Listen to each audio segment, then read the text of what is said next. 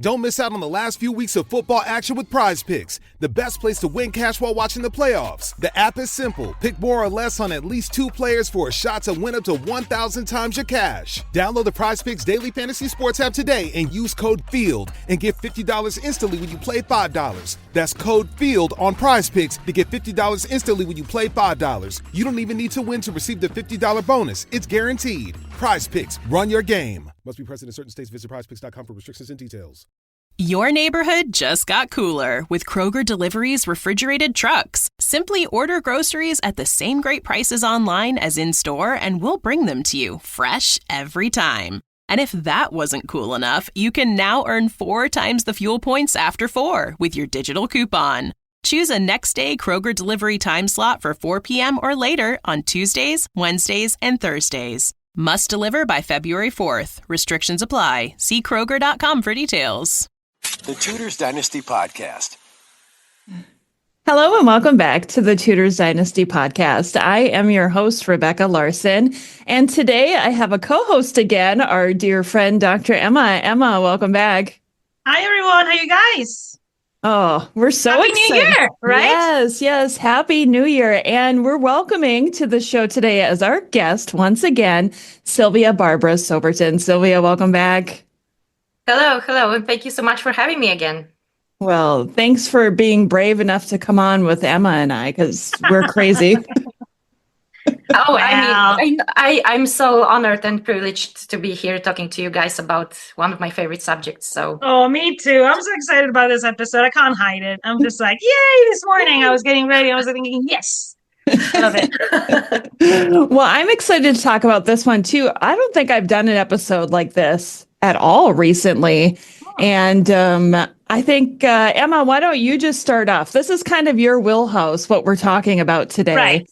With Exactly. Sylvia. And that's the reason why I wanted you on this episode, because I thought, well, we're talking about identifications in art, and who better than an art historian to be on to help discuss this topic. So, Emma, I'm going to turn it over to you for now. Yeah, an art historian obsessed with the Tudors and their portraits and the identification of portraits in the Tudor era. So, yes. And that's why I was so happy when that paper that Sylvia just published came out in the Royal Studies Journal in the 10th year anniversary edition, I believe. yes. So it's a big issue. It's a great celebration of a very, very good journal that has now a long trajectory. The University of Winchester, I believe, Dr. Ellie Woodacre started this whole, it's a whole project thing. It's huge. And she's amazing. So I published something last year too, so that's how I know them too. And this year, when I saw this paper, I was like, Holbein and Susannah Horenbout. Okay, you got my attention. Yeah, So, I'm in, right? Yes, I did. You certainly did. So, and then I read it. Amazing paper. To me, I'm convinced. And I don't want to give it away because it's Sylvia's discovery. I want her to talk about it, but Thank you so much. I did give away a little bit Susannah Horenbout and Holbein, but I'm not going to say anything else. Sylvia can present it, but I was really impressed. So congratulations on that, and yeah, let us know because it's so exciting. Well, thank you so much for your very nice words. I'm so humbled. So why don't we start off, Sylvia, by, from the beginning, right? This is how, it's always the easiest thing to do is to go back to the beginning and say, when was that moment where you decided that this was the path that you wanted to forge? Mm-hmm. So the title of the paper is Susannah Horenbout at the Tudor Court, Hans Holbein's Forgotten Sitter. And there's a question mark in the end.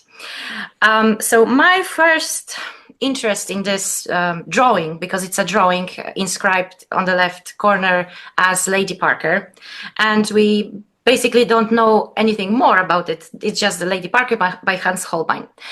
And this drawing has a long history of being associated with Lady Jane Boleyn, Viscountess Rochford. And this is really how I became interested in this drawing in the first place. Because I was researching Jane Boleyn and her life and afterlife.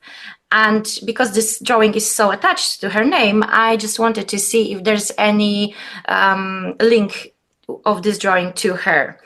And when I started researching, I learned from Julia Fox's book that no, this has really nothing to do with Jane Boleyn, but because her maiden name was Parker, she was Jane Parker originally, then some historians in the past tended to ascribe this particular drawing to Jane, to identify it as Jane. And sometimes, or not sometimes, very often, still in online articles, for example, or on posts on social media, this is still the drawing that is attached to Jane Boleyn and said to be of Jane Boleyn. And I just wanted to put this kind of like debunk this myth. It's not Jane Boleyn.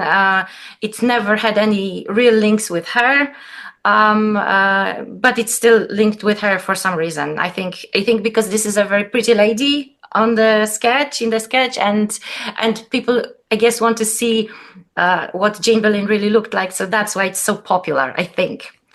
Then from that, establishing that it's not Jane Boleyn, I went further. So the Royal Collection currently has this sitter identified as Grace Parker. Now, her maiden name was Grace Newport. And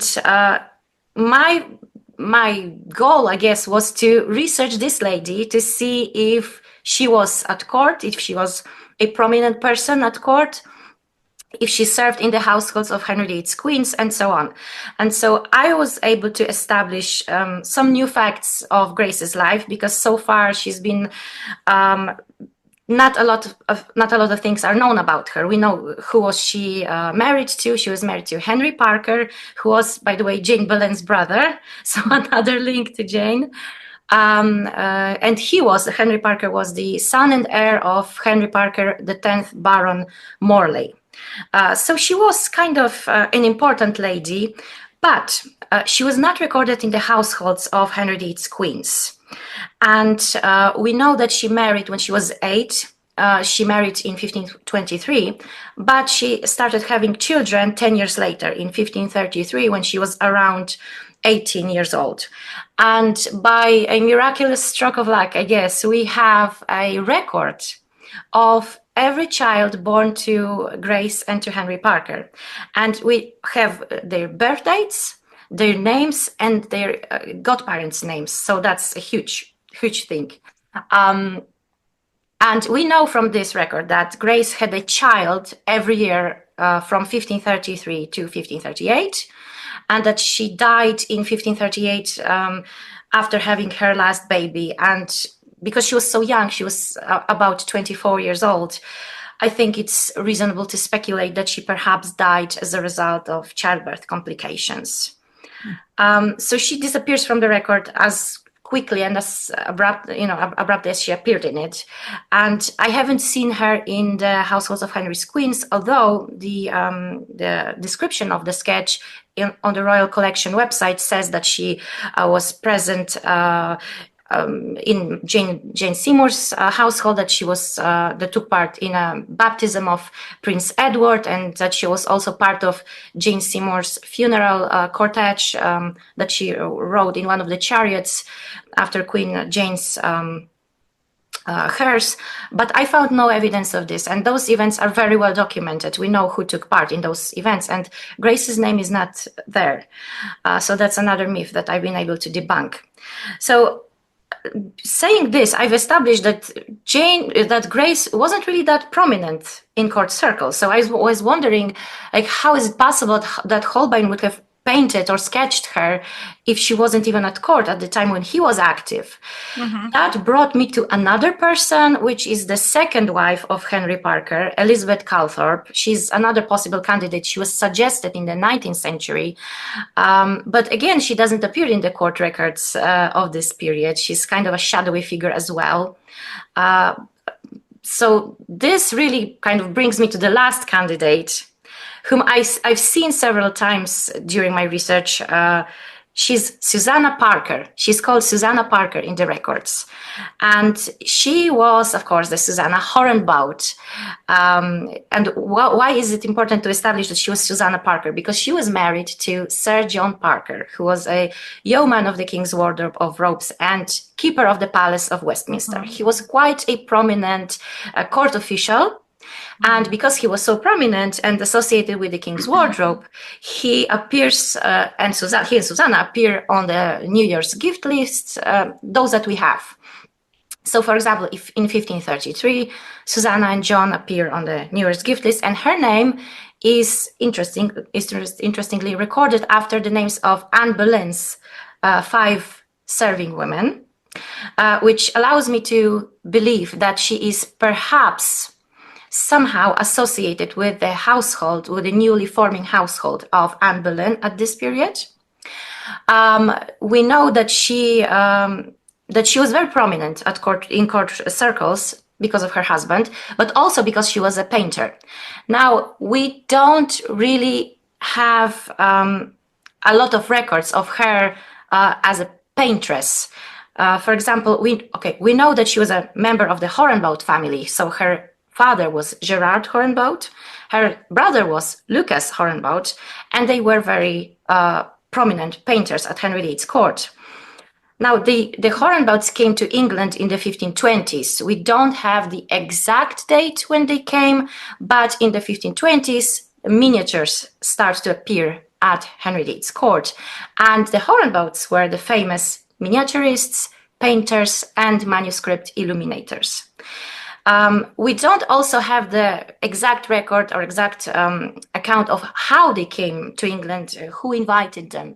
Later in later years, we have this record of Vasari saying that Susannah was invited by Henry VIII, but I think it's more likely that she came as the daughter of Gerard because she was so young. At the time, she was her father's apprentice. And it was Gerard and Lucas who were invited to Henry VIII's court, possibly because they were linked with Margaret of Austria. Gerard was a painter at the court of Margaret of Austria. And Margaret of Austria, again, she had very tight links with Catherine of Aragon. She was her former sister-in-law, and she had also links with Henry VIII by extension. So I think that Margaret of Austria may have recommended Gerard to the Tudors, and that's how they came to England. And so it's really interesting to think about Susannah as a miniaturist. She was praised by Albrecht Dürer, by the very famous German painter of the time, and he met her when she was about 18 years old. And he said that she painted this little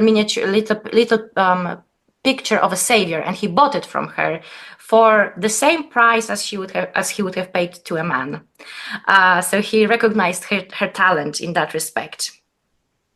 Now, until very recently, we didn't know if there are any works that can be firmly ascribed to Susannah, but it was recently published, it was in the news, that a team of researchers led by Dr. Emma Rutherford discovered a miniature of Lady Mary, Princess Mary, Lady Mary Tudor, that can be firmly ascribed to Susannah's hand. So that's very exciting that we not only have Susannah's face, but we also have an example of Susannah's work. So that's very, very interesting. And when it comes to this drawing by Hans Holbein, it is inscribed in the left corner as Lady Parker. So as we know, we've already established, she was married to Sir John Parker, so she was referred to as Lady Parker in the documents. We have that documented.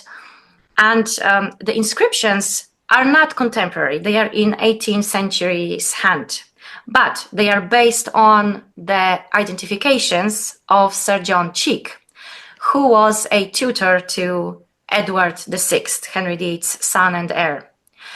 Now, sometimes Sir John Cheek's identifications are called into question because he was wrong on 2 occasions.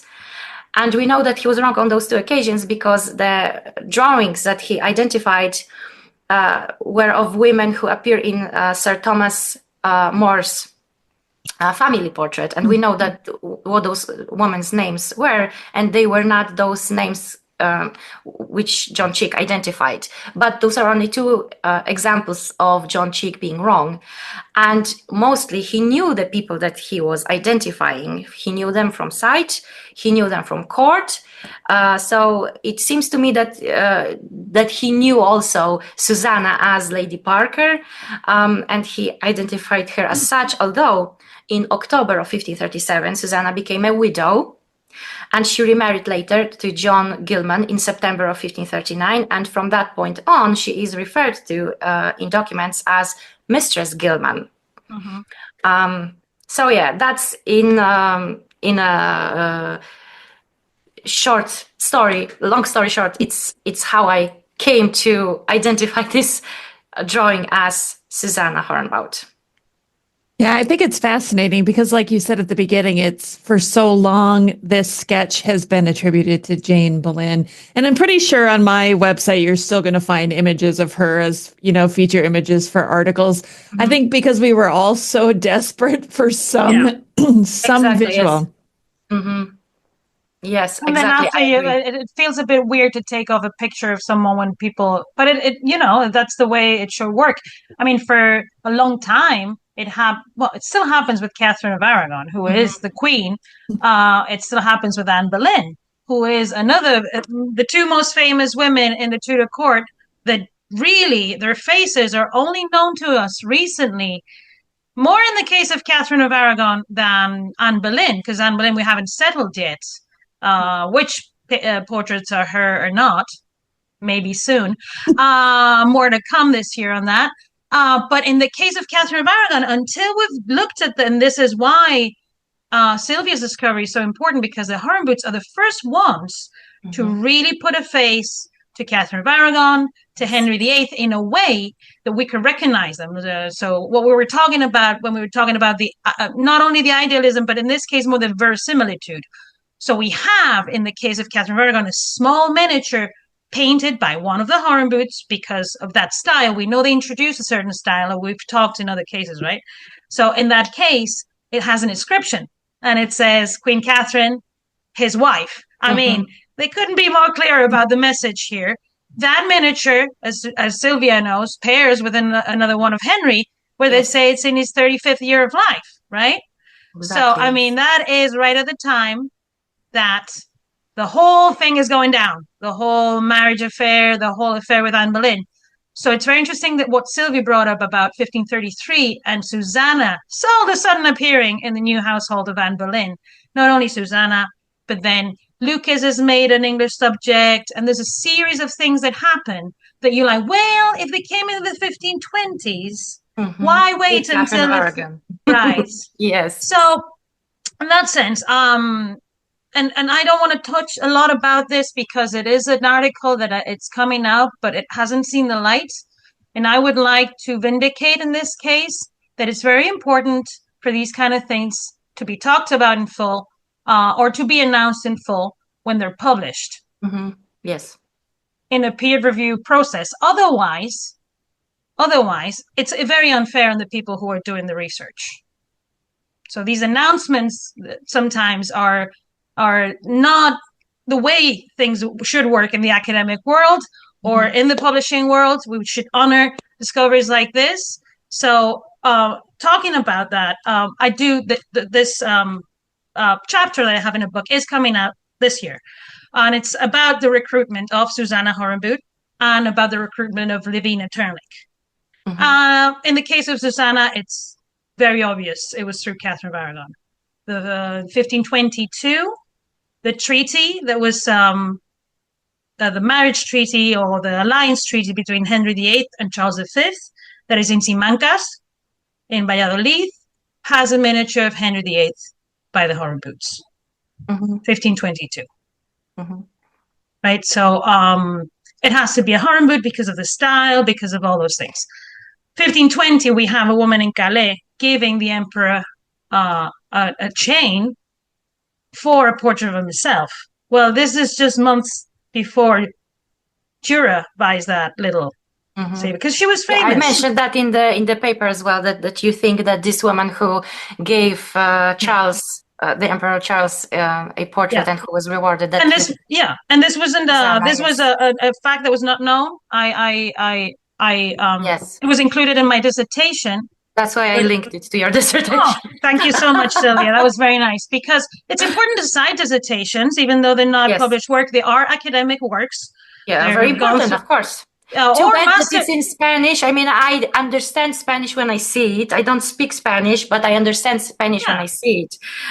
So I was, looking at that, and I was like, that's a very plausible theory. Right. Thank you. So I'll say the same with Italian. So, because Italian is, Spanish is my first language. Italian, I can so when I went through the Venetian ambassador's report where he mentions this, and this is why it wasn't a known fact, because it's just hidden away in some report in the Venetians, I didn't understand everything right away. I had to go into Google Translate and get those phrases out and see if I could understand. And finally, I had to consult with someone that knew Italian, so I didn't get everything the wrong way. So it's difficult, I know, but it's very necessary. So so what I'm saying is that it's incredible that we can find with these, because it's so difficult to research women artists, these things, and how you've been able to say, well, it's not this one, it's not the other one, and that it comes down to it has to be Susannah.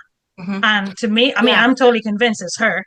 Thank you. It's so nice to see her in my brain finally. So thank you for that. That's huge for me. Mental image. Now you have a mental image. I do. It's here. I believe. Yeah. And I'm researching some of the Holbein sketches too.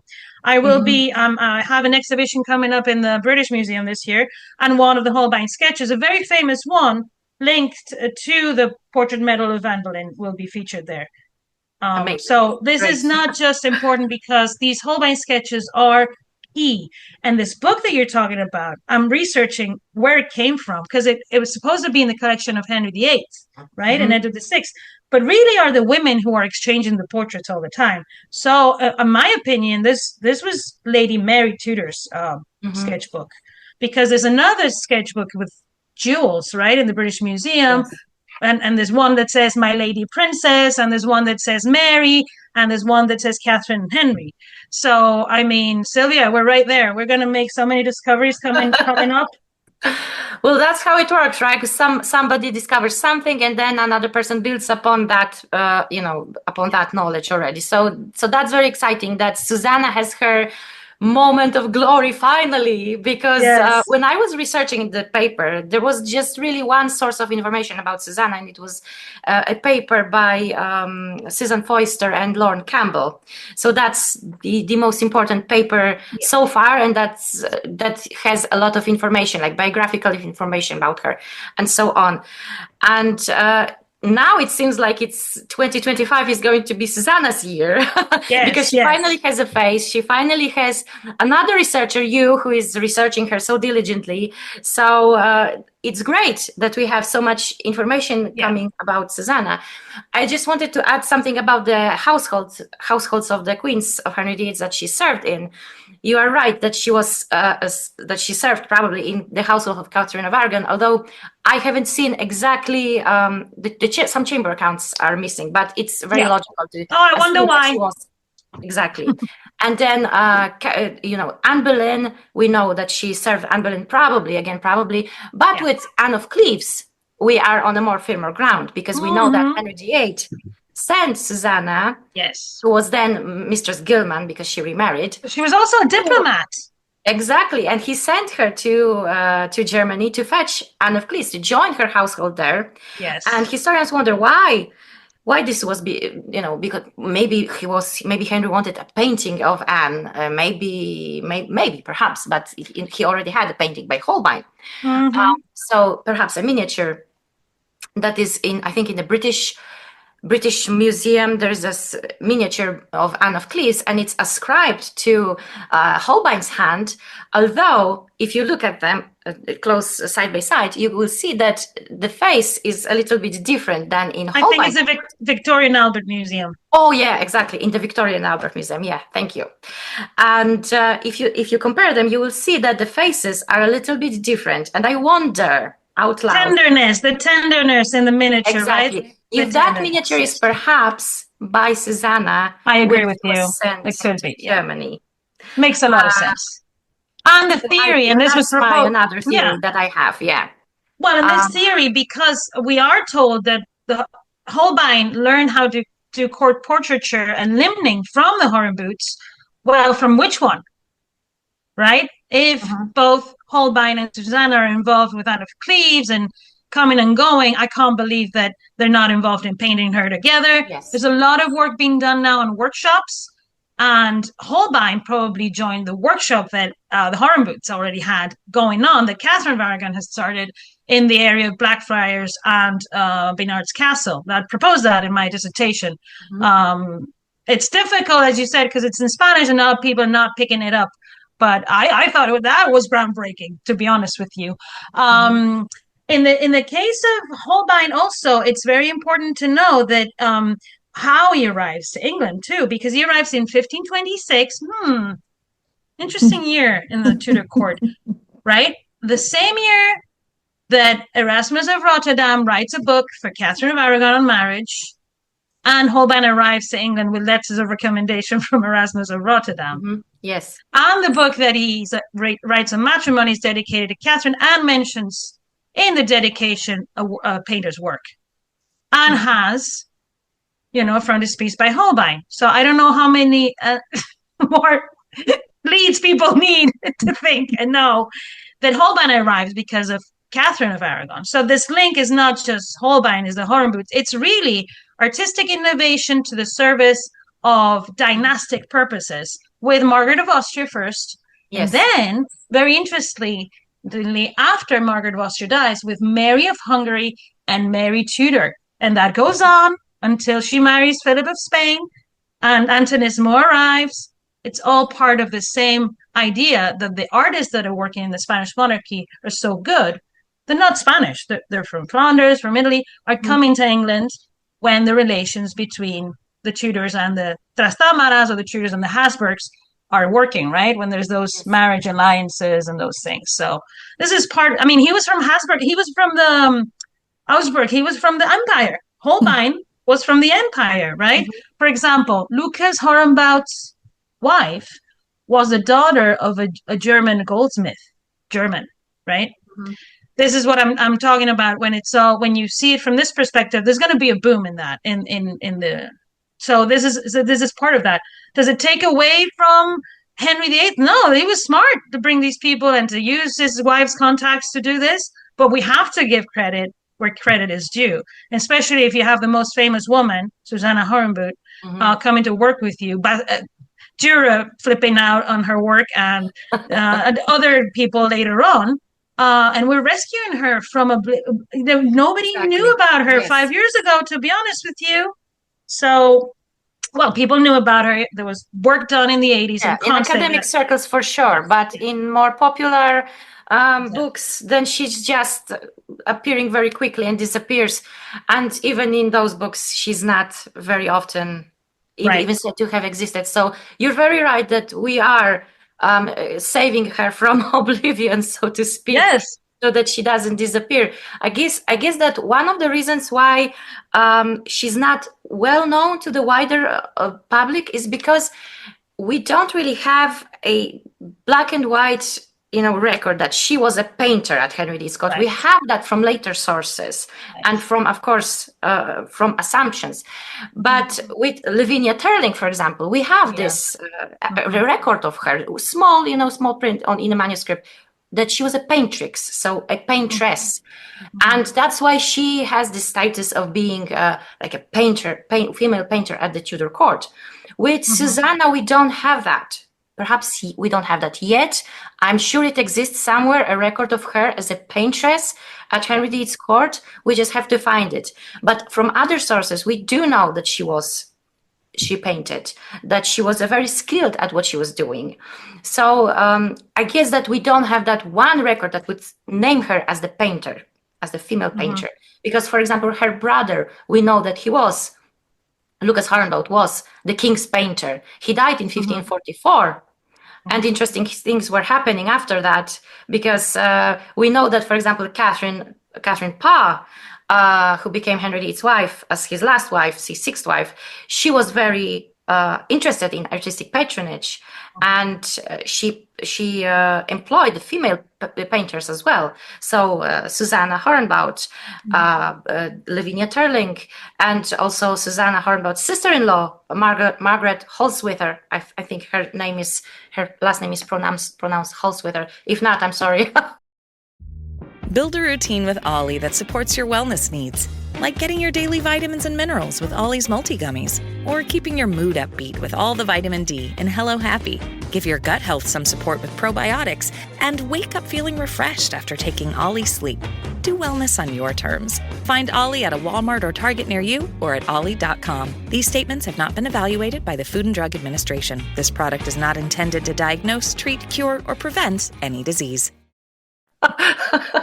I don't even, you know me, I say however it comes out. As long as you're confident when you say it, that's all that matters. Well, and then if somebody corrects me because they know better, I can change it. It's not a problem. But you know who I'm talking about. So Yes, exactly. I know exactly who you're talking about. She was the one who was the daughter of the German goldsmith. Yes. But this, when you see it from an art historian perspective, this was something very common. And Flanders and England are very close by. So they're finding people that are in the same trades to build bigger relationships between Flanders and Susannah was from Ghent. The Lavina was from Bruges. They're from the Flanders. They're not from the Dutch area. They're from would remain Catholic. But then, for example, when I'm studying now into the 17th century in the Stuart period, this gets reactivated, and other Flemish artists marry English people that descend from these people that are in England, but are really Flemish origin, because they're in the same trades, because they're craftsmen, either goldsmiths, which is very important in this period, and the Horenbouts, we have to think they're painting miniatures. So it's very similar techniques to manuscripts too. So there's a lot of, this is because the Renaissance is bursting. So they're not just, in my dissertation, I had a very nice title in Spanish called Susannah jumped from the parchment to the canvas. Because very evocative. So what I said, and what my chapter proposes to, is that she could have been the person collaborated to paint the portrait of Mary Tudor that she paid for in 1544.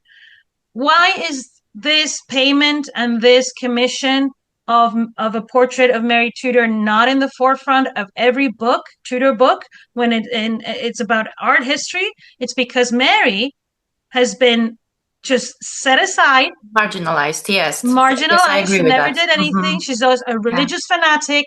She's awful. She burned people. Bloody Mary. Well, she's the first royal woman to commission and pay for a portrait of herself. The same year that Susannah Horenbout is mentioned in her privy purse accounts, receiving material. That means, what I argue is that means that she was re-entering her service in 1544, and she was most probably involved in this. Mary pays in that 1544. She pays for a certain John who drew her face. We have sketches. So somebody could have drawn Mary, and another person could have. I think this is a collaborative work. Both of Susannah's husbands are John. Yes. And in John Parker's will, there are art stuff. There's art stuff mentioned, and he leaves gold to his sister-in-law. He leaves gold to her, and so he was. He was involved in the arts too. Was he an outstanding painter like Susannah? No. But he was probably a fairly good painter. Was he the one to receive payment for what Susannah had done? Maybe. Or by this time her other husband was also John. So but also John. Yes. So we have to think in these terms. Susannah And I think that tenderness that we talked about in the miniature of Anne of Cleves in the Victoria Albert Museum, I see that same tenderness in the National Portrait Gallery in the portrait of Mary Tudor. Yes. And the technique is very similar. It's a blue asterite. There's an inscription like the Horenbout miniatures, the same model as the Catherine of Aragon miniature. It's, it's just taking this little thing into a bigger format.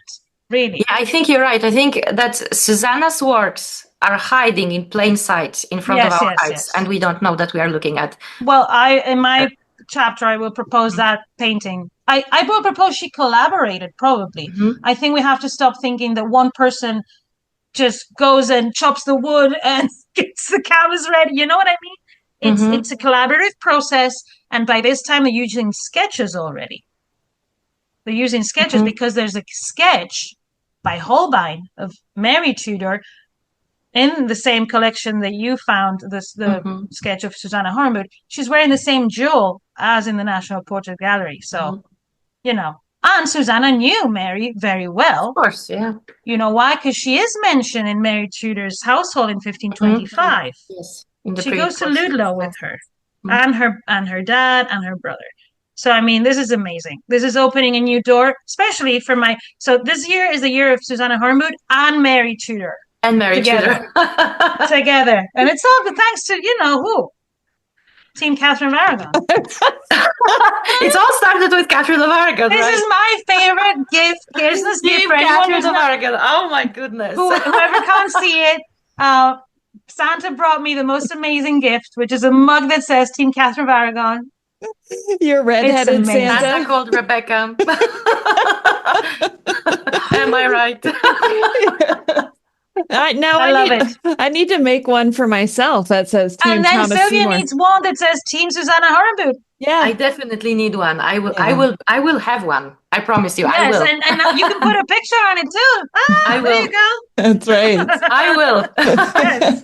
Well, I want one too. So whenever you have the link to buy them, I'll okay. I will me. link when I will have it. I will link. Yes. It's your idea. discovery. You claim it, girl, because it's amazing to just see her face. She did, and I said this before off camera. I'm just going to say it. She looks a little bit like Catherine of Aragon. I mean, you already said that before. Yeah, Catherine of Aragon. They have, but just to describe the picture, really, she's wearing this very fashionable French hood that we all talk about, Dutch hood, Flemish hood. Okay, the hood that we all like, the modern one, not the English gable hood. She's got strawberry blonde hair, blue eyes. She looks younger than I thought. And I saw tinier people online posting under this when I posted links and pictures of this drawing. I saw people saying that Susannah looks like either Scarlett Johansson or Dakota Fanning, the actress Dakota Fanning. Okay, Netflix, please. We have something here. I love Scarlett Johansson. She's very beautiful. Yes. The Susannah from the sketch is for sure very beautiful, very delicate, very fragile. Yes. Well, she was a miniaturist, so imagine her hands. Yeah, her hands must have been tiny. Yeah, I would absolutely love to see a portrait by Holbein based on this drawing, but unfortunately we don't have the corresponding portrait now, or maybe it's hiding somewhere in a private collection. We don't know. Yes. Yeah. But I also wanted to say that when I started researching that, I had this mental picture of Susannah. There is a miniature in Kunsthistorisches Museum in Vienna that was for a very long time a mental picture that I had of Susannah. Yeah. And then I started researching this one, and I learned that it's not Susannah. Well, newsflash, it's not Susannah. But it was identified as her by Arthur Chamberlain in the early 20th century. Chamberlain was very popular as a biographer of Hans Holbein. He published Holbein's biography in 2 volumes, so that's quite a thing to achieve. But his identification of that miniature as Susannah doesn't stand really to scrutiny, because there is no inscription, no coat of arms, no nothing basically. And I don't know why is it. I guess people were just hungry and desperate for a picture of Susannah. That's why it functions sometimes as her, but it's not her. So I just and then when I always thought she's not going to be far from this. Right, because that is a Dutch woman or a Flemish woman too. Yeah. So obviously, someone who probably knew Susannah because she's important because she's in the court of Henry VIII. Because it's a matching. They're two, right? They're paired with a servant, yes, with a servant that says H8. So Henry VIII. I mean, it's pretty obvious. It's someone. Liver, yes, and that's why I think it was identified as Susannah and her husband John Parker. But we don't really have any firm identification to base this upon. There's no inscription, no coats of arms, and so then very interesting to think about Parker, John Parker, being in charge of the wardrobe, because if you think about it, the paintrix and the guy in charge of the wardrobe, perfect combination. Really, if you think about it, that's why she's so delicate and fashionable. First of all, Dürer said it is amazing that a woman can do this. But I think Sylvia brought up a very interesting point. She looks tiny in this. She looks very small. So it's probably she had very, very tiny hands too, right? That's why it probably would give her an advantage to men or other women. That she had tiny hands. Sometimes you see these manuscripts, especially that have been attributed to the Horenbouts and how they introduce the Renaissance style. There's a lot of work published on that. For example, Kren and the Getty, they published a very big catalog on illuminated manuscripts, and they did some attempt to identify some of the different characteristics in Gerard, Lucas, and Susannah.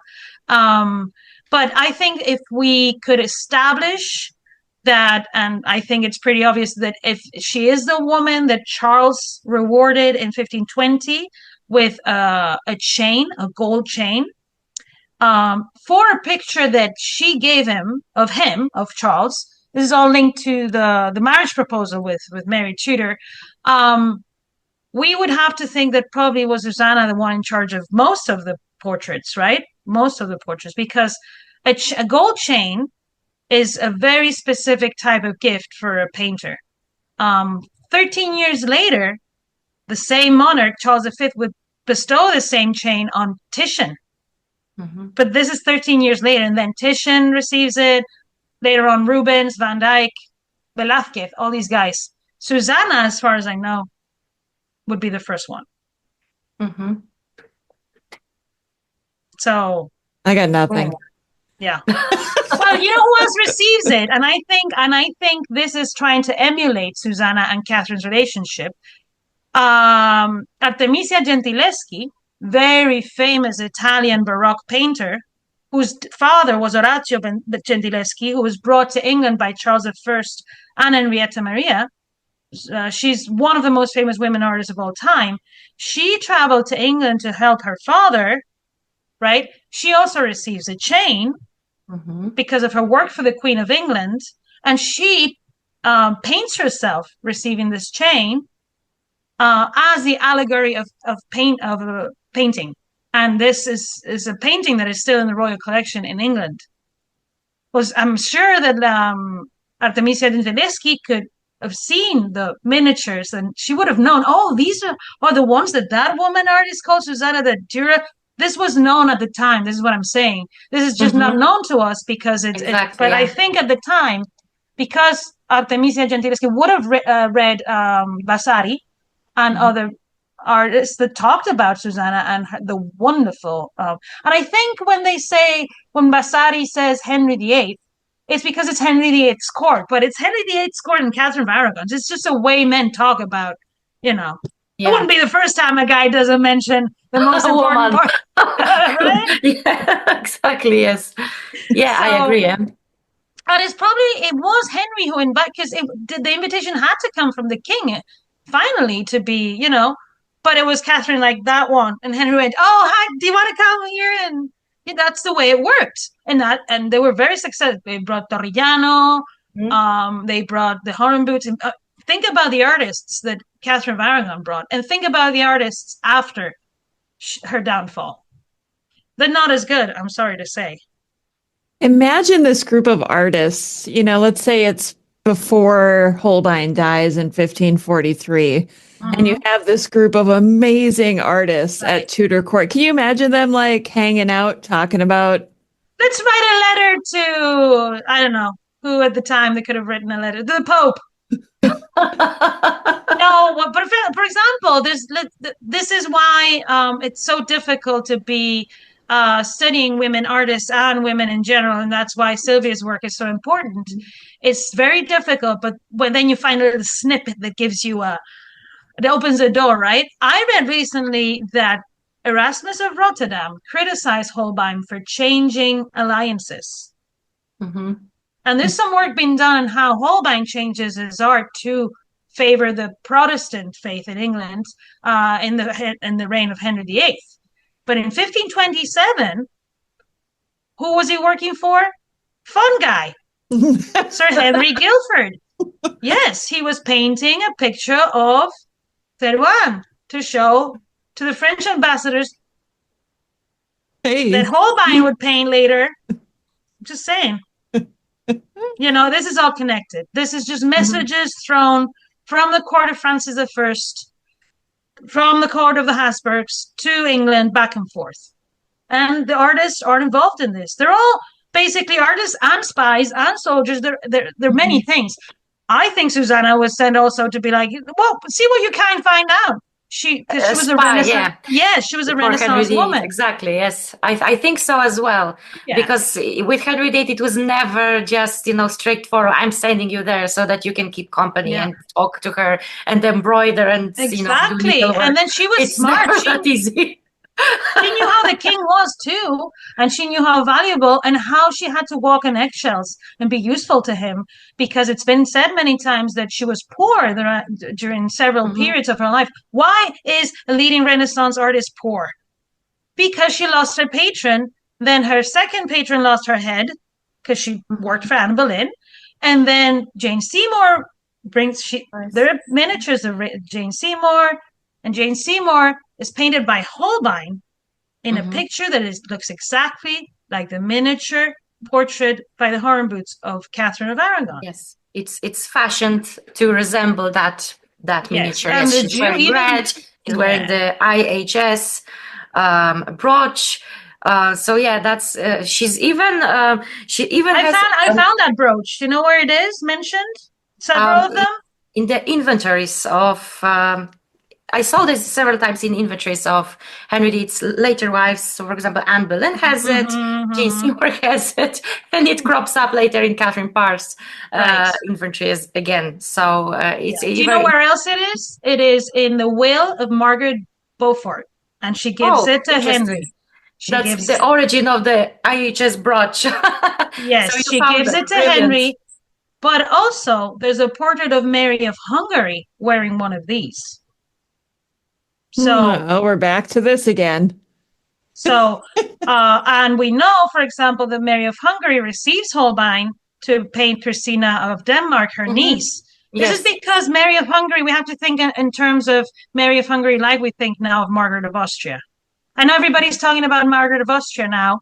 And they'll be talking rightly so, because she was great. Yes, they'll be talking about Mary of Hungary very soon. I can. But Mary of Hungary, yes, she was also a very prominent patron of the artists, and she inherited Margaret of Austria's collection after all. Exactly. Yes, and her artists and her artists and everything that goes with it. Yeah, exactly. And she was raised by Maximilian too. She was raised by her grandfather, who was the father of Margaret. They had the same mentor, one of the most powerful men in the Renaissance, who was painted by Dürer, who was so. These women have just been brought up to use art in their own advantage. And Mary of Hungary says time and again, we have to help Mary Tudor's cause in England. It's not Mary Tudor's cause; it's the Catholics' cause too, because Mary is a symbol for the Catholic faith in England, and that they seem that is lost until Mary becomes the rightful heir and becomes queen, and that happens. And what happens as soon as Queen and Mary becomes queen? Oh, Philip is available. Here, marry your cousin. He's he's 27. We'll send you a portrait by Titian. That's when Titian received. Well, it's all connected, really, and that's why it's so interesting. Yes. Yeah, it really gives us. was just It'll gonna be very say, interesting to see how much the Tudor books are going to change in the next 5 years. I'm so excited. yeah, I'm excited for this too. I just feel like we're getting a more well-rounded view of Tudor history when we're able to think about I don't know if the entertainment and artistic side of it is included and studied a little bit further. We Yeah, it's need a very biographer for Fun Guy. Where are we going to find some? It's very interesting that we are learning so much about the artistic patronage at the Tudor court, because Yeah. until very recently it wasn't such a and blooming subject. And just on the subject of this, I wanted Right. to say, and you both know about it, but maybe the listeners doesn't know, that later this year I'm planning to release my next book, which is entitled Secrets of the Tudor Portraits, and it's all about Tudor portraits. Nice. Well, that's one I will put on my list. When is it coming out? In March. Oh, right in time. So this will be amazing because the exhibition I'm running is on portrait medals. So a subject that is, and the good thing about portrait medals, they have inscriptions. We have lots of things that can help us. So I'm very excited for your book and to see, because have you just, can you tell us something about the book? Like maybe the people, what kinds of portraits? Are there just people from the Tudor court? Have you? They are the people from the Tudor court. So basically, I wanted to concentrate on how people of the Tudor court, and this includes the queens, the noblemen, how they conveyed various messages through portraiture. So that's Very I'm Renaissance. very excited for it. It's giving Renaissance. Yes, exactly. And it's very exciting because I had so much fun writing and researching this book. Because Nice. I love portraiture. It's such a great way to get into the period, to imagine those people, to kind of see them with your imagination, to have these pictures of them in your head. And the way how they did those messages, how they portrayed themselves, how they wanted to be seen, it's very fascinating. So I'm very excited for that, for people to read it. And I think it's going to be a different look at the Tudor court, different than people are used to seeing. Because I haven't seen a book that delved into this kind of artistic stuff and all the good things about secret messages and the images and stuff like that. So one of the things that I can tell you about it, it's that the portrait that we've been talking about of Jane Seymour, where she has this red gown and IHS brush. Beautiful. Beautiful. Yeah. She also has this girdle belt around her waist. Those little beads that are hanging from it look like vases and I've proposed a theory that those little vases are ointment jars relating to Mary Magdalene, to Saint Mary Magdalene. And this was further explored by Dr. Charlotte Boland in her book about the exhibition that she created in the National Portrait Gallery about the Six Wives.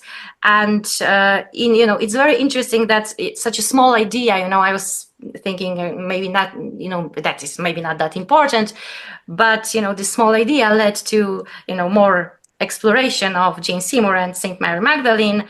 And I'm a self-confessed aficionado of Saint Mary Magdalene. I love Mary Magdalene. I see her everywhere. So that's why I've noticed that this the beads resemble the ointment jars that are associated in iconography with Mary Magdalene. And of course, Mary Magdalene is a very important figure for medieval and Renaissance women. They are often portrayed as Mary Magdalene. We have Margaret of Austria, for example, posing as Mary Magdalene. So it's interesting that Jane Seymour linked herself to this particular saint. But I think it's not really a coincidence because, as we all know, and Emma knows that very well, Catherine of Aragon was painted as Saint Mary Magdalene as well by Citeaux. So that's, I think, her favorite portraitist. Exactly, yeah. So I think that Jane Seymour trying to, show a little bit interest in Mary Magdalene is perhaps because she knew that Catherine of Aragon was Right. painted as Mary Magdalene and had interest in that saint. So that's another link between the two queens, because we know that Jane Seymour was modeling her queenship, and she was very much an admirer of Catherine of Aragon, and that's why her portrait resembles that miniature, as we said before. I agree. In 2015, I published a paper on the influence of jewelry on goldsmithing, Spanish, so because of the dowry, right? The big dowry that Catherine takes to England and all that. And I talked about this portrait, and if you go to the inventories of Henry VIII, there's a few of these golden jar ointments. One of them has pomegranates, and so I was trying to make a connection between both, because I agree. I think Mary Magdalene is very, very important. I want to bring up a very important work too, Holbein's first work in England, Yeah. Noli Me Tangere, which is so this is also Mary Magdalene.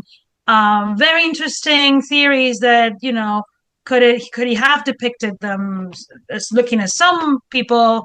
This is his only work that is really in this first stay in England that is really, we know that he painted, and it was part then of the collection of Henry VIII when he died. Was it Henry VIII all along? I don't think so. I think we know Henry appropriated all of Catherine of Aragon's things, but also Anne Boleyn's things. And anytime, he became a widow, he would, have new things or repurpose things.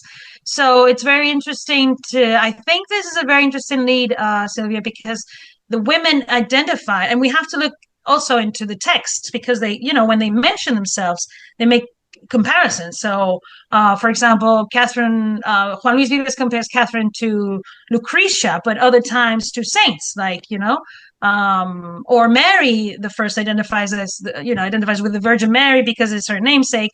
In the case of Mary Magdalene, she's a very interesting figure, isn't she? I love her too. She is. So Yeah. I'm really looking forward for your book and finding out all about this. I love that portrait of Jane Seymour. It's such a beautiful. It's very beautiful. And it's why we love Holbein, right? It is. It's interesting that we know so little about Jane Seymour, but we know so much about her through portraiture, and she was painted by Holbein, so it doesn't get any better than this. And I think it's very interesting that you're doing that comparative and projection further back to Catherine, because we are finding out, and we know so many things about Catherine, and then they complement each other. And from one lead, you can pick to the other, right? I think there needs to be a lot more work on Mary Tudor, and Jane Seymour, and Mary Tudor and all the wives, really. Because what I propose in my chapter is that Mary was involved in the recruitment of Lavina Turnley, but not just Mary. I think Catherine Parr. It's not because one did it, the other one wasn't there. They had partnerships, and Catherine Parr and Mary Tudor had a partnership. Whatever happened later or things like that, but for a long time, I mean, wasn't Catherine Parr first introduced to Henry VIII probably because of Mary? So all these things. And especially that period that Mary comes back to court before her father dies. And he builds a whole palace for her in Whitehall. This is the same year that she pays for that portrait.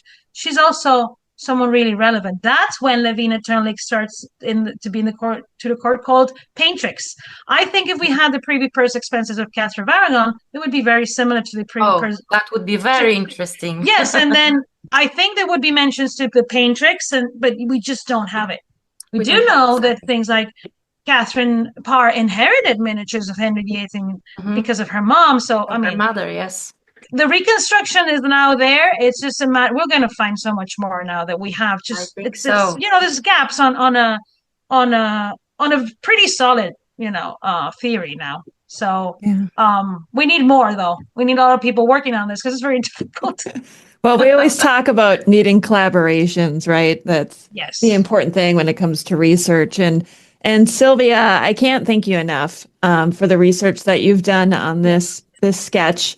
And, for those who are listening today or watching us, if they would like to read the article, how can they go about doing so?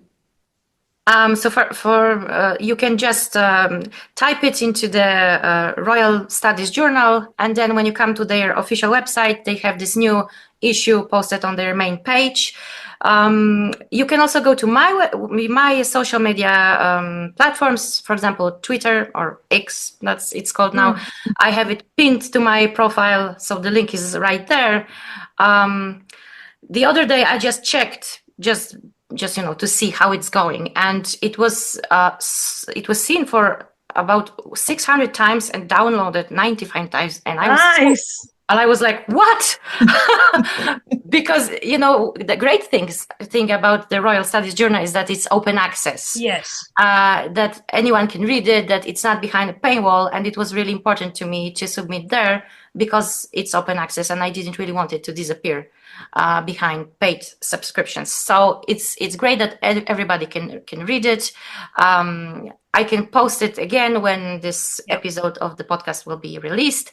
And so I wanted to thank you, Rebecca, for inviting me and for giving me a platform to be talking about this discovery. And also thank you, Dr. Emma, for tuning in and doing this amazing interview and sharing her expertise on the portraits of Henry VIII's queens and other Renaissance women. It's always great to talk to you girls about my favorite subject, the Tudors. Yes, and thank you so much to both of you. Sylvia, of course, I'd love to have you on the show. We'll have you back again when your new book comes out. Probably, hopefully I can get you on before it is released in March so we can help get some sales going for you. And Dr. Emma, thank you, as always, for coming on today and sharing your knowledge with us. We'd love to have you on the show. Hey, anytime to talk about this, anytime. And that concludes another episode of the Tudors Dynasty podcast. Thank you so much for listening. If you love the show and would like to show your support, consider becoming a patron over on Patreon. That's patreon.com/Tudors Dynasty. Over there, you'll get commercial-free episodes, early access, and some patron-exclusive content as well. If you would prefer to show your support in another way, head on over to my website, tudorsdynasty.com, and click on the shop to see some of the new merchandise that I have available. Thank you so much for listening. Until next time. The Tudors Dynasty Podcast.